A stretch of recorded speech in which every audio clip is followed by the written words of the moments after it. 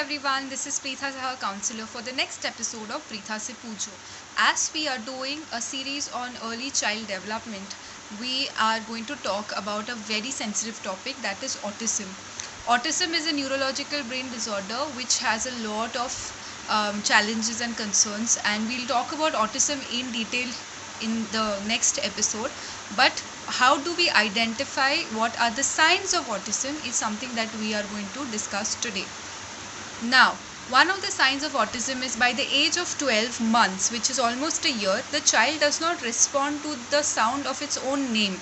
If you open a packet of chips, or you tear open dairy milk, the child can hear that and will come running. That means hearing is not a problem, but the child will not respond to his or her name. So that's the first sign that the child may have some issues.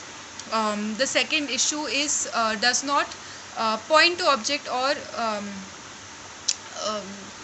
show interest in anything by the age of 14 months. So the child will not show that this is what I like, because that is a form of communication. Autism affects social communication skills. So the child does not point and show to mama dada ki, oh, that is the toy I want.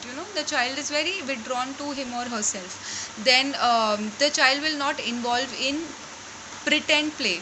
So if you give a piece of some object to the child, some children will do this, hello papa, mama डांट रही है. The children will do these things. So this is called pretend play.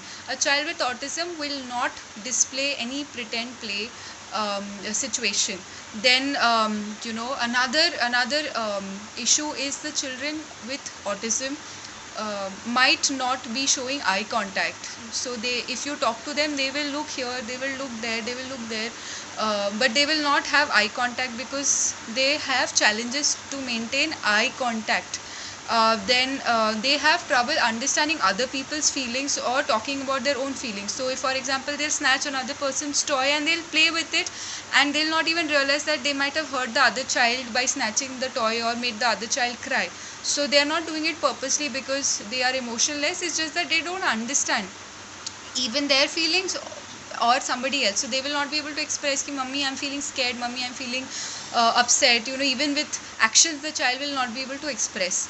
Then the child has delayed speech and language skills. So the child will not be able to communicate according to the age appropriate milestones of his peers. Then repeats words. Repetition is one of the most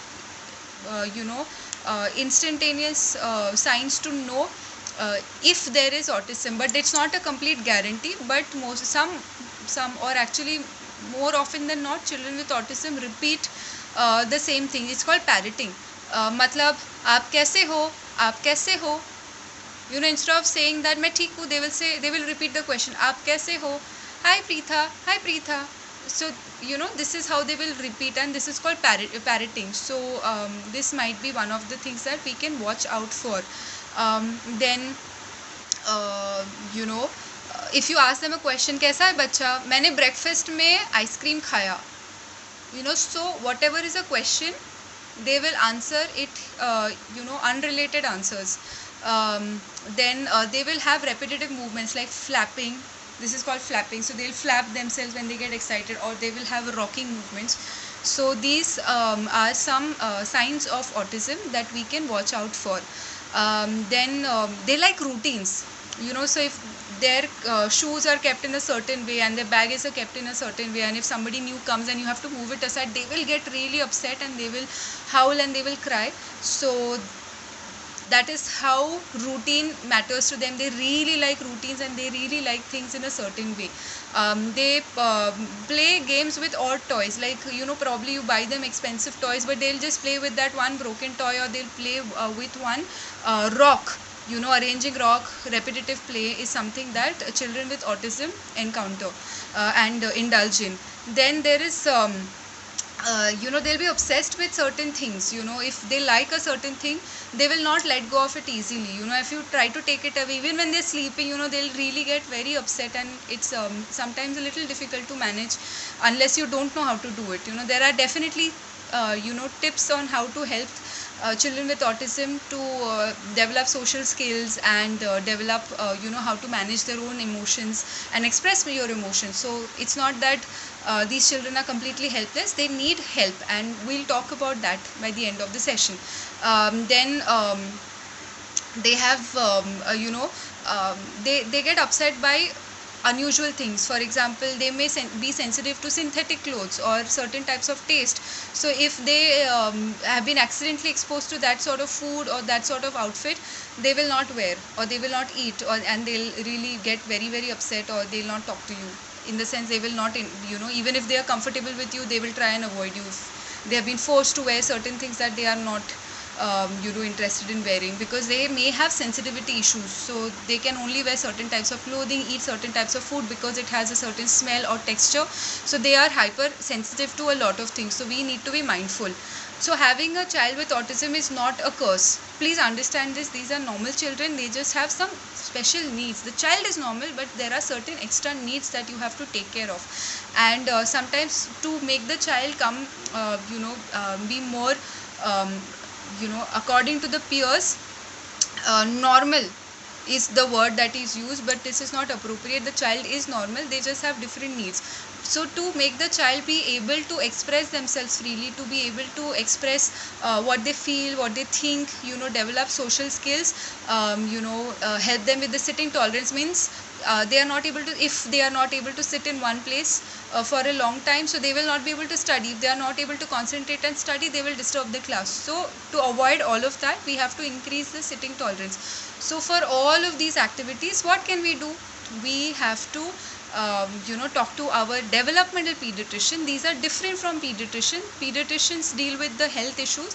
Developmental pediatrician work with developmental milestones along with the health issues. So speak to a developmental pediatrician and talk to an occupational therapist. You will most certainly be referred to an occupational therapist and also a speech therapist if required. If your child has been diagnosed with autism or is on the spectrum of autism. So autism is not one disorder, it is a spectrum. So you can have high functioning, means the child is able to do some things like doing math or dance or art and craft spectacularly, but social skills low hai. And then if you are on the lower end of the spectrum where everything is a challenge. So it's a big spectrum. Depending on where your child is, certain sort of interventions will be required. One of these intervention is called occupational therapy, which will help to develop the child's score and increase the sitting tolerance. More about that later. And speech therapy will help the child learn language in a more appropriate way according to the child's needs.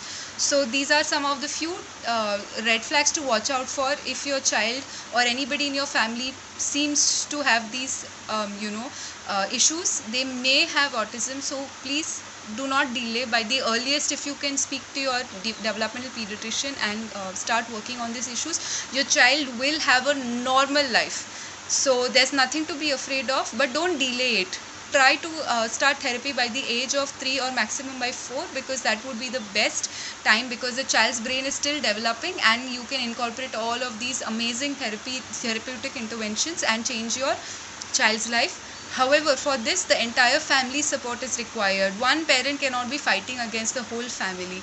So be mindful of the child's need. It is not the child's fault. It is not also your fault, parent. It is not your fault if your child has been diagnosed with autism. It is it's luck. If I'm born left-handed or I'm born right-handed, it's not in my control. It's not in my parents' control. Same, if my child has autism, it's in nobody's control. But we have to teach the child how to manage these conditions.